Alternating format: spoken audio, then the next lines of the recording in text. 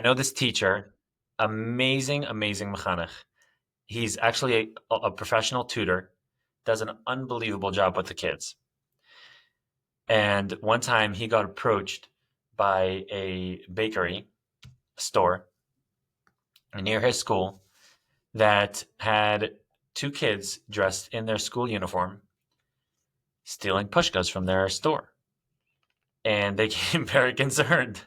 They had a whole little scheme where one would distract and pretend to be buying something, and the other one would snatch the pushkas. And yeah, so the fascinating part to me was how he dealt with it. If you're just going the legal route, he could have just handed them over. Okay, it was these two kids, get the authorities involved, or it could have been the opposite extreme of kind of like, okay, just give it back. But no, he took each kid individually, sat them down, and like almost like somebody died, broke the news to them. There's this concept when you go to a store called cameras, and the kids' eyes light up like, oh, there's cameras watching you when you go to a store. Yes. And the other day, something was caught on one of these cameras that's very interesting. Can you tell me something about it? Really slowly breaking it out to the kid, each one individually, and then going through, why might a kid steal a pushka? What could be so thrilling about that? Well, it's really wrong, and the kids know it's very wrong to give tzedakah. You don't take from tzedakah. You don't steal from somebody else, and the kids know it. But you know what? They also know is that candy tastes really good, especially when you have a $50, $100 from a pushko, however much is in there, in A lot, coins lot and of good bills. candy. Yeah, a lot of candy, a lot of sodas and Slurpees that they could buy from all this money, and it's very enticing. And they're torn. But what he did an amazing job of is really sitting with the kids and having them process that and explain to them, you took money from tzedakah and you spent it, and you have no way of paying this back. They weren't from rich families or something. They have lots of money to pay it back, obviously. That's why they're enticed to steal, because they're coming from a difficult background where they don't have those candies for free and they don't have those things. And sitting with these kids and showing them that he thought it through, that he made sure not to just take them straight to authorities. He said, okay, we don't even need to get your parents involved. But I know those kids like did a real tshuva, sat there and processed it and thought about it and started giving tzedakah every day and started being mechaper and really totally changing around. And you contrast that with how the prison system works in America, where, oh, you stole, okay, straight to jail, hearing process, and that's it. There's no, somebody's thinking about me. Somebody genuinely cares about me and has my back and is going to talk me through it and explain to me why this is wrong and how I could do it better in the future and how I could be Someone to take. mechaper. What I love about the story is that the teacher took the time to help the children understand themselves. So the teacher had to think about it first. What is it? What do I want to teach them? What direction do I want to take? And where are they coming from? Like, Where are what they is their coming back? from? Why Where are would they a kid going? steal a pushka? Yeah. It's incredible. And I think that there is sometimes a knee-jerk reaction by myself as a parent or as a teacher that I want to correct the behavior, or I need to correct the You do behavior. need to correct the behavior. The question is how you're going to do it. Right, but is it my job to control the child, or is it my job to be the person that the child looks up to, that they want to live up to my loving and caring assessment of what needs to happen next? And I think that, there's a different approach when I'm trying to guide them, which is the idea of chinuch, or am I trying to control them? And I think that's where, is Well, it to a my job degree in this or their story, job?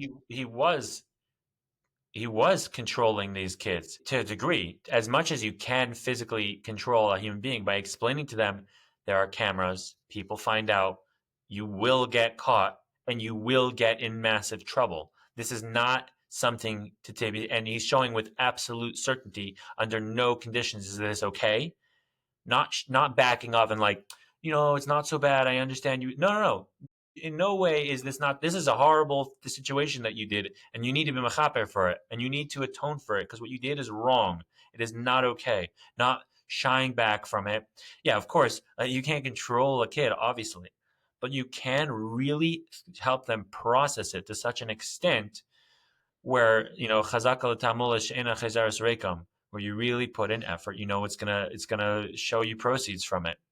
So, what are the ingredients do you think we need for a teacher to get the children on board with the tshuva process? Because I think sometimes you get into a no, I didn't, or yes, I did, or it's not my fault, or it's not. How do we elicit that type of respect and Well, yeah, and it needs to be the right person. It needs to be the right person giving it over. That's why it's so important to have quality mechanchim, quality teachers, quality.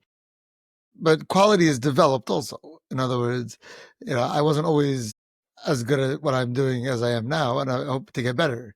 So if I want to develop a skill and develop a character of a mechanech that You is need to be a respectable person, somebody the kids look up to, somebody the kids feel that is somebody that they want to be like, somebody that the kids trust, that they know that this person has good judgment and will keep them safe. And at the end of the day, it has to be somebody who has some sort of situation or relationship, you might call it, or engagement with the kid that they'll actually listen.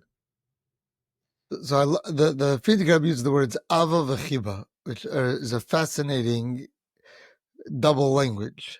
I'm not sure what ChatGPT would translate them as, but I always think of Ava as more of a passive emotional state of being. In other words, So again, I this is the love my Friedrich Rabbi talking about how you have to be as a teacher or as an influence on a child or on another right. person in general in chinuch. You need to have ava v'chiba in order to properly convey chinuch, to be mechanech someone else. You need to have a love towards that person. I think it's about behavioral or character correction. So if the Friedrich Rebbe is discussing if I want to edit the character of my student, I need to have the I need to have in place certain things on my part. So I need to be able to have number one that I have um, I have an awareness of what is going on. An I have to have an awareness awareness of what's going of on. what is going on with a student. I have to know where he's coming from. I have to know what he's looking for. I have to know what he's trying to do. So you're trying to say how does even there's two perspectives. There's your perspective and there's the child's perspective. How does the child know that his teacher cares about him or that his parent cares about him? He sees it when you're thinking about it, when you're processing it, when you're really taking the time to sit down with the kid, calm him down, go through step by step exactly what happened, exactly What the details, happened? give the kid Why some do you time think it happened? why it happened, Yeah. where the kid's coming from, and not And to then not to justify, but to go through the facts. Like you don't say, "Oh, I understand that you're struggling, and therefore you." No, that's not a justification. There's no justification ever for stealing, unless your life depends on it. But well, there is to go through the facts of what led us to this moment. and we talk a lot about the belief that we have in a child. We don't believe the child wants to be a ganef. We believe the Right. child wants candy. Right. Definitely. Definitely wants the candy. So ingredient number one is this evaluation. Ingredient number two is Displaying ahava affection. v'chiba. Ahava v'chiba. So ahava, I always look at ahava as love, but that's more of a passive or state of being. I love my family. I love my kids. I love right. So, but just because I love my kids doesn't mean that I'm giving them a kiss before they go to bed.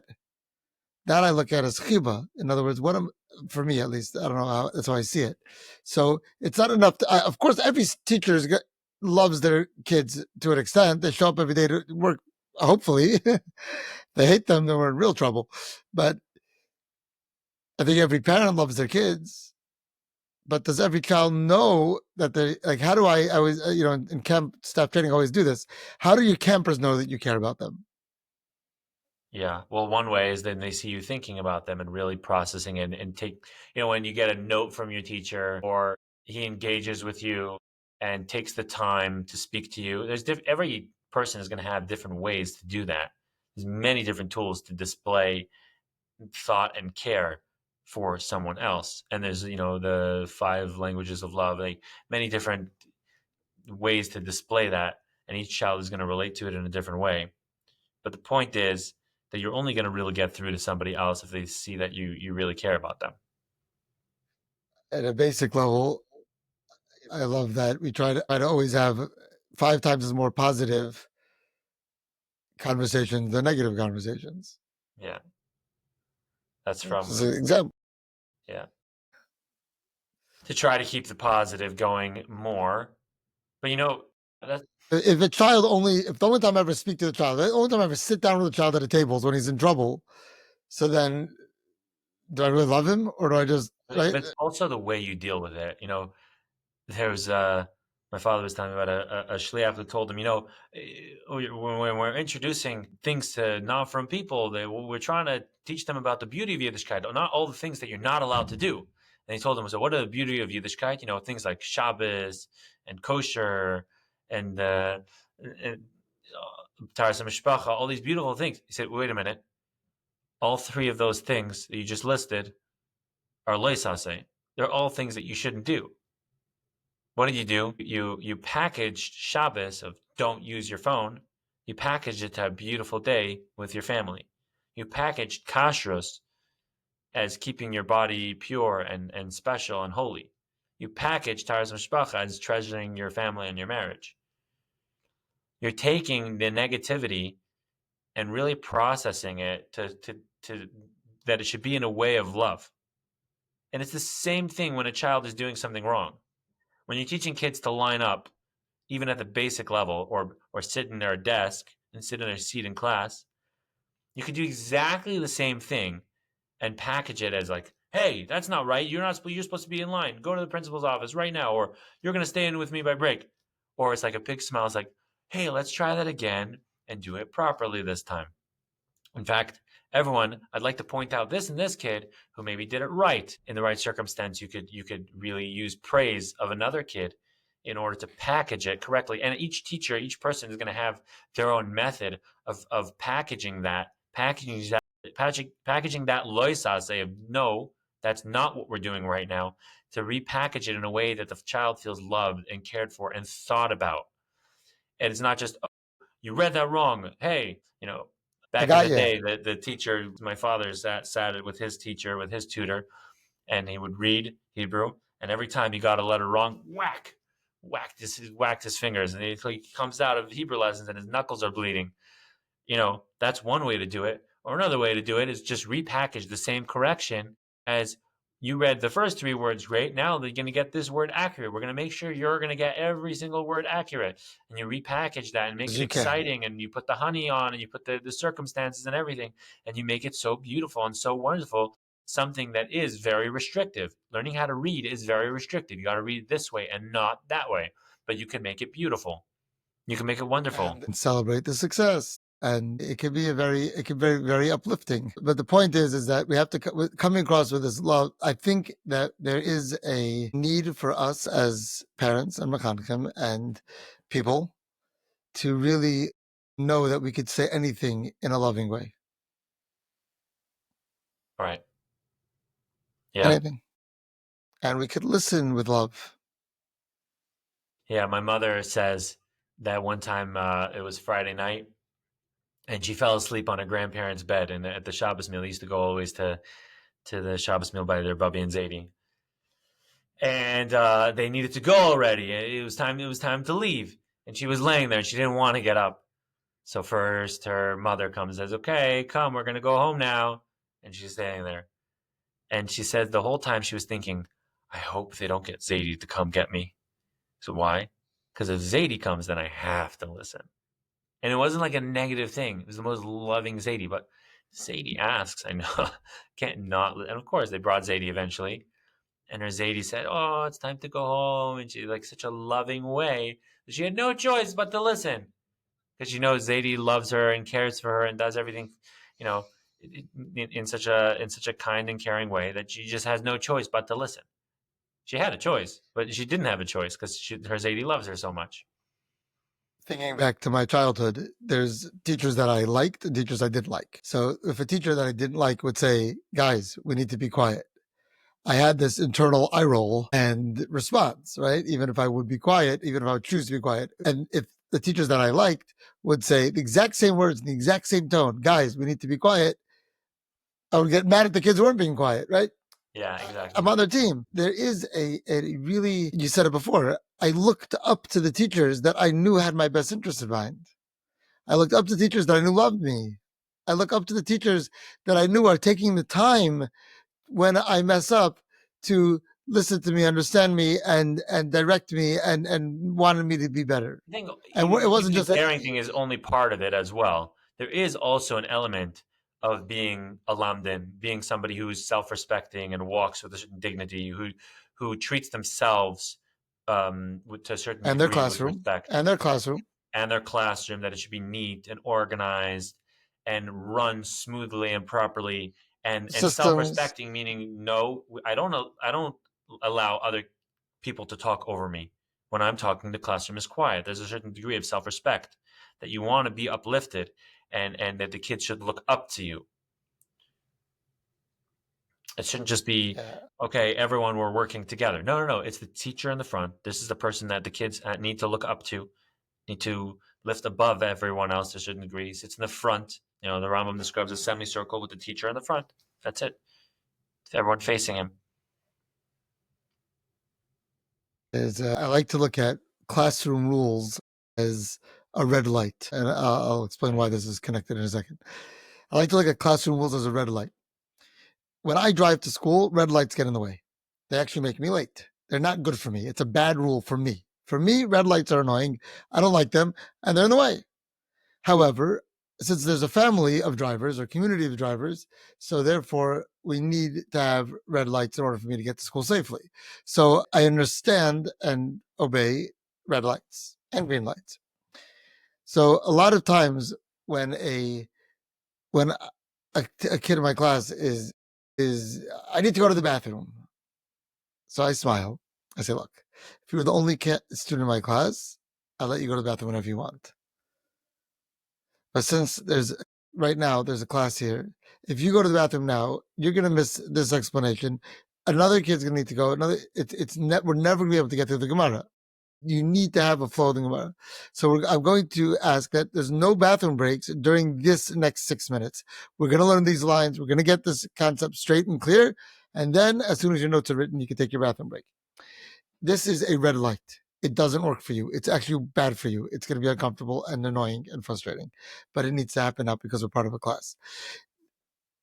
Why am I sharing Even this? that, you repackaged it, that it's part of the experience of being like the same thing with kashrus or Shabbos, Yeah, where you're yeah. telling the people, oh, don't use your phone. It sounds so negative, but it's I understand where you're coming from.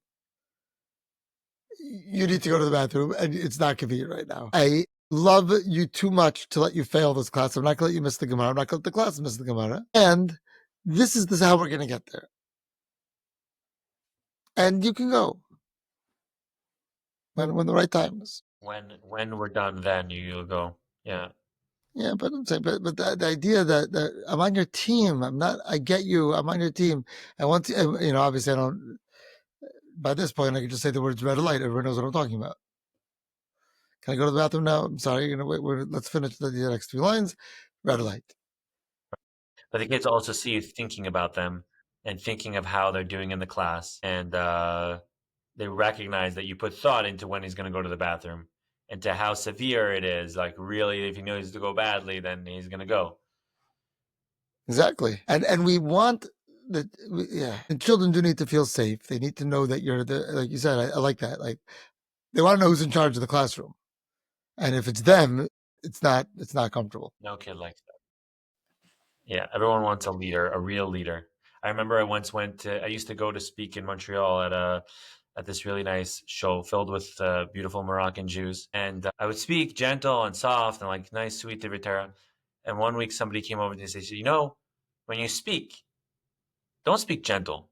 You got to speak like a dictator. Everyone wants a king to speak up there. You tell the people how it is. You got to really give it to them, give them the facts.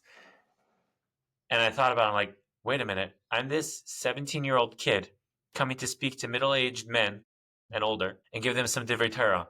And this old man, for me at least at the time, he was probably like 60, 70 years old. This older man is coming to me and telling me that I, 17-year-old Bacher, need to speak with authority because people like to be spoken to from an authority, from somebody who knows what they're talking about, someone who sounds like they've really put thought into this.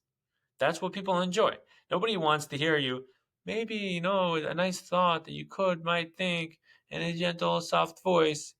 You want to hear a deep voice, stern, explaining to you how it is. You definitely have the deep voice. I don't know if I have that, but I do. I do a moment. You reminded me of that. It may be part of this thing as well.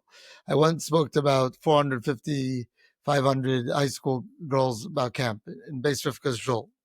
So I don't know if you ever were there, but there's these really loud fans on top, Mm-hmm. and it's very distracting, and it's very hard to get control of the room. One of the principals tried to get quiet to introduce me, and there was a lot of kids still talking. A lot of the girls were just talking right over her, or through her, or under her. I don't know. It was very unsettling for me. And I stood up, and they introduced me. I stood up, I looked around the room, and I was trying to find a way to connect this idea. Like, I know where you're coming from. It's after a long day of school. It's Right. hard to be quiet. It's a hard room to be in. But at the same time, I have something really important that I want to share with you.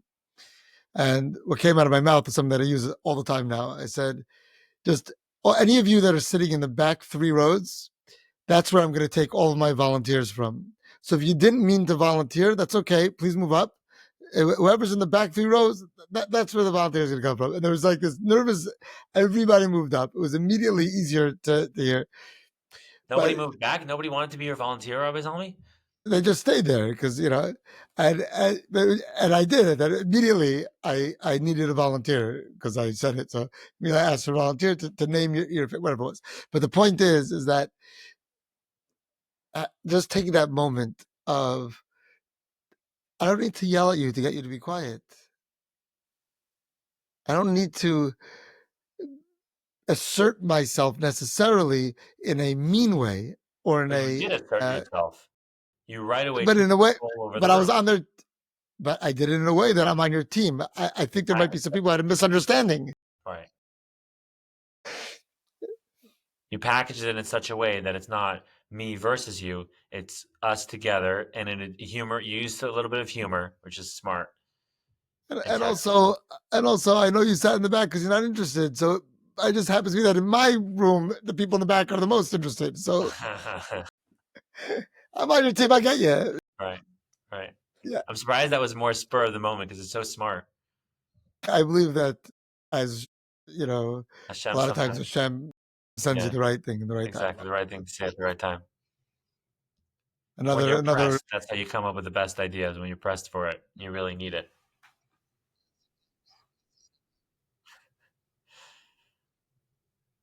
Okay. So yeah, I'm just wondering how you. We're talking about in the moment. Sometimes I'm in the moment the other way. Like, I'm in the moment and I'm frustrated. I'm really trying to get the Gemara through. I have a hard deadline. I know I need to do something. There's a pressure, and then the kids are not following along. You know, what's the how does that work then? And how does it work with collaborating with the kids? Like you're saying, to kind of engage them and say, "Hey, we have this, we need to do that," versus, "No, this is what we need to do." Like some teachers have the attitude that, "Okay, I'm going to ask the kids what they would like to do," and others have the attitude, "No, I need to come in and tell them." And it's the same thing with working with a coworker or with working with other people. There's this balance to strike of being the authority, and on the other hand, kids want to feel like adults sometimes, especially, 12, 13 years old. They really want to be empowered to have a say in it. So how do you balance those two of giving the kids an opportunity to really take the lead themselves and avoid the b'koyach atzmai to a certain degree versus everything being imposed, everything milmailo. How do you strike that balance of L'mayla to l'mata from the teacher dictating what the kids are doing versus the kids being inspired and doing their own thing? I'm I'm reminded of a time that was frustrated with the amount of talking in the classroom, and I was about to make a new system, and I stopped and I asked the students instead. I said, I noticed yesterday that I asked for quiet a lot of times, and one of our lamplighter guiding lights, that's what we call it, right? Because we have to, is that we listen the first time, and I feel like I was saying it too often. I could make the rule, or you guys can make the rules. How do you want to do it? So they voted they want to make the rules. I said, okay, I'm listening. And we're going to go around. Everybody's going to share one way that we're going to make sure the classroom is quiet the first time that we're asked, because that has to happen. And everybody Give had them an idea. choice whether they want to have a choice or not. The result is the rule. I don't like it to be about me. It's about the rule. It's a rule. It's a school rule. It's not my. It's a red light. How are you going to get there? And there was. We went around. I think there was two or three people said the same thing. So we put stars next to it, and I said we're going to try those three things first. And I left them on the board, and they like to be in the driver's seat, but they don't. I think the Abishter works with us this way also. Hashem works the same way. How so? Hashem says that you have to learn Torah. It doesn't tell you when. Come and tell us and they guide us through it. But you also you get to choose. Am I going to learn it at home? Am I going to learn it in the shul? Am I going to learn the Chassidus or learn Nigla? Am I going to learn the Shulchan Aruch? Am I going to learn Samach Vav? Am I going to learn the Sikha? You have The degree, process. Yeah, I don't know. So some things are dictated and some things are left to the imagination. There basically has to be both. It's not even a balance. It's just having both existing. There's the leadership, and then there's the kids being empowered. But I think the adult in the room does have to be the one to decide where are the guidelines, what is a must, what is a family rule, what is a must, what is the school guideline, and where do the students get to decide on how they get there. So Right. I what remember happens in the classroom? there were kids in Let's do Lamplighters. this. What happens in the classroom is the teacher, how they get there. The students can be a part of that if they get there. Right. I remember that there were kids though that were in Lamplighters frustrated that they were being empowered too much. And that was fascinating to me. They're like, I just want to be told what to do. Don't give me any choices. Don't empower me. I just want to be told, do this, do that, do the And other. again, This is so frustrating that I have to decide what to wear. I have to decide how, what the rule is going to be for this, that, the other. Just tell me what I got to do. Tell me how much study time I need. Tell me what mark I need to get on the test. That type of thing. So you do and have sometimes that they want you to lead. so the Frierdiker Rebbe's words, the educator has to be the one to evaluate what quality the child has to work on. So it could be that a child has to work on self-regulation, and then being told what to do all the time is actually not helpful to them to self-regulate. Okay. It could be that the child's not holding there yet. Right now, the child has to work on discipline, so it would be helpful to tell them what to do so that Well, they could practice Khan is a very listening. significant one that needs to be, let's say, kids getting angry or something. Okay. How would you approach this? Let's say specific me to like anger. How would you approach? Okay, we're not allowed to get angry in school. We're not allowed to yell. We're not allowed to throw tantrums. What? First of all, I don't know if that's a rule that makes sense. That you're not allowed to get angry. I don't know if that's a. I don't know if that's I don't know how much Definitely control we have over something that that. a mechanic would want to work on with a kid. Oh, okay. So we have. So that's fine. So when I have a midah, I have a character trait of calm, a character trait of not wanting to get angry. Right. And how do I build on that? In my short lifetime experience, and I'm sure there's many people that have many ways of teaching how to not get angry. But what I've noticed is we have to identify what we want, and we have to point out when the child's able to do it, and then they work towards that. And that is the the way to get to a positive midah. The one time that you're not educating a child on not being angry is when they're being angry. That's for sure not the right time. Right. Right. They need to be calm in order to process anything. But I remember dealing with a kid that was constantly lying, for example, Yeah, right? yeah. Constant lying. And this was a discussion, and I spoke to a professional mechanachas, actually, and her advice was whenever the kid tells you something, say, wow, wow, fascinating. And you know it's a lie, right? Fascinating. And then you kind of wink afterwards and say, yeah, I know that's made up. Like, but oh yeah, it's true, yeah, yeah. And then like at the same time, like, yeah, I know that's made up. But in my experience, if I'm also not going to catch when they are saying the truth and saying, "Oh, that was true," I really appreciate when you tell me the truth. If we're not going to do that part, then where's the child going to learn that they can tell the truth? I mean, at the end of the day, your goal is to teach the kid to separate their fantasy from reality and to teach the kid that Yeah. people can see through when they're BSing. Like, I see you when you're saying the truth. I also see when you're not. When I'm able, we have to police the negative behavior. We educate build on the positive behavior. That's how I see it.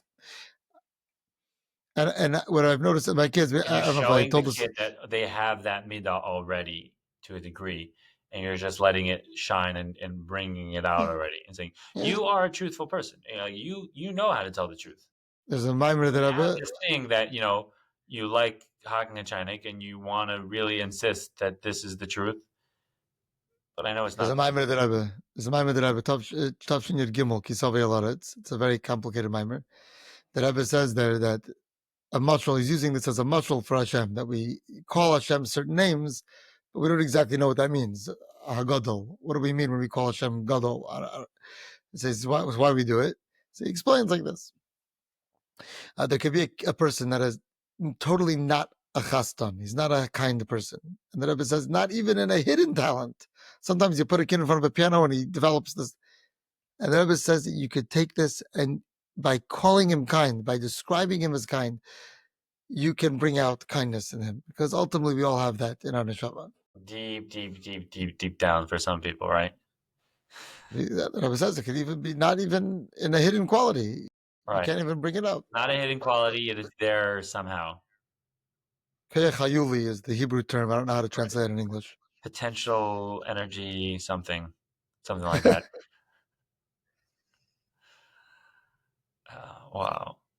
So we really want to focus on the goal and understand what the goal is and believe that the child has it in them. I mean, it's a lot of thought that needs to go into it. Ultimately, that's the biggest thing.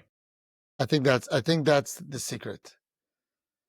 Not to shoot from the hip, but to really, yeah, it takes You time. got to know the kids, know where they're coming from. Maybe visit their house a couple times, see what they drink for, what they eat, well, how their siblings treat them. So I made a statement this year in staff training. I don't know if it's true or not, but we'll get the feedback at the end of the summer. But I said, I'm quoting myself. Work I on must it, be Rabbi important. Zalmy. I believe that you have potential. You could tell the truth. You're a We'll truthful see. person, Rabbi Zalmy.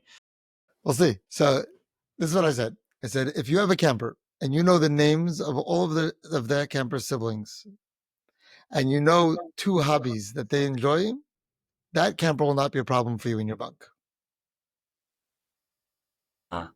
Two hobbies that they enjoy. You know the names of all their siblings Right. and pets, But and it two depends hobbies what that the they camper. enjoy. Exactly. Okay, fine. But my point, Right. the campers that you have a relationship with in a way that they know that you care about them enough to, you're interested in them. You're interested in their well-being. They're not going to be a problem. I remember I was a counselor in an overnight camp, and the next door bunk had a kid that was throwing a crazy tantrum, screaming, throwing things, jumped in their bed, wouldn't talk to anyone, and just total like madness, like total loss of control. And I go to the other bunk, and their counselor's like totally overwhelmed, had no idea how to handle the situation. So I go, and obviously I'm not equipped to deal with it any better. But I'm like, hey, let me talk to him. I had spoken to him a couple times before. I go over to him and say, hey, what's going on? He says, I'm leaving this, insert words here, camp. I don't want to have anything to do with it. It's the worst. I hate it. Oh, I want to go home. I'm done with this place. So, oh no, you're going home? We're just getting to know you over here. Maybe we can go for a walk or something that I could, kind of talk to you and get to know you a little better before you go home. The kid looked at me very startled, like he never heard that before. He said, okay, I'll go for a walk with you before I go home. And then we started going for a walk, and we were walking down the path, and the head counselor stops us. And he says, "Hey, why isn't he with his bunk?" And I said, "Well, he's leaving camp, and I really wanted to spend some time with him to get to know him a little better before he leaves, because he says he's leaving tomorrow." And the counselor looked like very serious, like, "Yeah, I'm leaving camp. That's right." Obviously, he didn't leave camp the next day. He changed his mind by the time we got back from the walk. That you could tell that the fact that he was being taken seriously and like somebody was putting thought into who he is and where he's coming from, where he's going, that just like startled him to such a degree that he was like it turned on his brain a little bit, and he was able to have a conversation. Then he was able to talk about his hobbies, talk about what he wants, and what and why he was throwing a tantrum. I have no idea. It could be he just panicked being in a new camp. He also might not know. He might not know either. He might might be hungry and have no idea. Hungry, thirsty. But you allowed him to feel safe to Feel be himself. believed. You took time to understand where he's coming from. You were able to express love and care. I want to get to know you. And then on the walk, you were able to figure out the next step or not or whatever. No, we just spoke about random Ah, things. But just having yeah. that talk and somebody taking him seriously, Connections. that's it. You felt safe. Someone who's listening to me. Uh-huh. You felt connected. This guy actually wants to talk to me. Right. And he obviously felt that this was a counselor taking him out on a walk. He felt special, you know. Yeah. And he didn't feel the need to throw a tantrum next time. He just come over and say hi. Now he knows he could be listened to and he could have that safety. It sometimes takes away the need of that tantrum, that panic. If I want to take the next step towards being a teacher that my class is going to look up to and is going to trust and is going to want me to want to listen to me and follow my directions, what would you advise me to do? It's actually a really interesting question because I had a kid. I was asking him, "Who's your favorite teacher?" And he told him, like, with his eyes lit up, and he said, "So and so." I said, "Really? Wow, you seem really excited about this teacher. Tell me more. Tell me about him." He says, "He really knows his stuff. He's a real lamdan. When he teaches, he gives us the background and he knows his information." And I thought this is fascinating. A kid is excited about his teacher probably because he's well prepared and he knows the information well, and he takes himself seriously. If you take yourself seriously and you take notes and you're taking the kids' questions seriously and you're really going to do the research and put in the effort, that effort pays off. I remember reading the Rabbi talking about preparing for your classes. Like you should really know this stuff well and take it Yeah. seriously. And that is an element of the kids looking up to you and who you are, that you take yourself seriously, that when you come to your classes, that when you come to teach, to give over something, you're well prepared. That's often something very overlooked in chinuch. Oh, how do I get the kids to listen to me? Well, you know what? You sometimes have to put in the work. Are you worth listening to? Are you worth listening to? Exactly. Did you put in the work? Did you prepare your classes well? It takes hard work for these things. And then on top of that, in addition to them looking up to you, are you a person that they can trust? They feel safe around you? Do you take And them did you seriously? build Yeah. did you build a system that the kids are actually listening to you? That you respect yourself enough that kids shouldn't talk over you while you're talking. I like this. I like the idea of the kamecha. Like, I want them to respect me. Do I respect me? Do I respect my class? Do I respect my Exactly. all right. I mean, Freeman, you gave us a lot to think about tonight. Hey, same with you. I also did. Great. Good, Baruch Hashem. So in this new format, we don't have to break up the routine to end the broadcast. We could just do it. Yeah, I'm pretty sure you have to do it though. We don't have to like walk over to reach, 'cause it's a little closer now. It's much more intimate and a much more experience. All right, until next time. It's Awesome. always a pleasure. So Thank glad you. we get to continue this. All right, please Exactly. do not close your computer screen until the recording is fully uploaded. Okay. All right. You understand what I'm saying? If you have to wait, but you'll see. It's going to be uploading on your end. Don't close the window until it fully uploads. Till it tells you can do it. It's All gonna right. tell me when I should. Yeah. When you're allowed to close it, and it's got everything it needs from you. Okay, Thank Rabbi you. Zalmy, I respect you and I look up to you, and I'm gonna listen to your instructions. Right? No, you definitely don't look up to me. You're like a foot and a half taller than me. How do I find I those? trust you. Okay, thank you. I trust you. Appreciate that. Trust your judgment, Appreciate that. and Appreciate that. I'm already predispositioned to listening to your instructions. All right, that's all. We'll see you.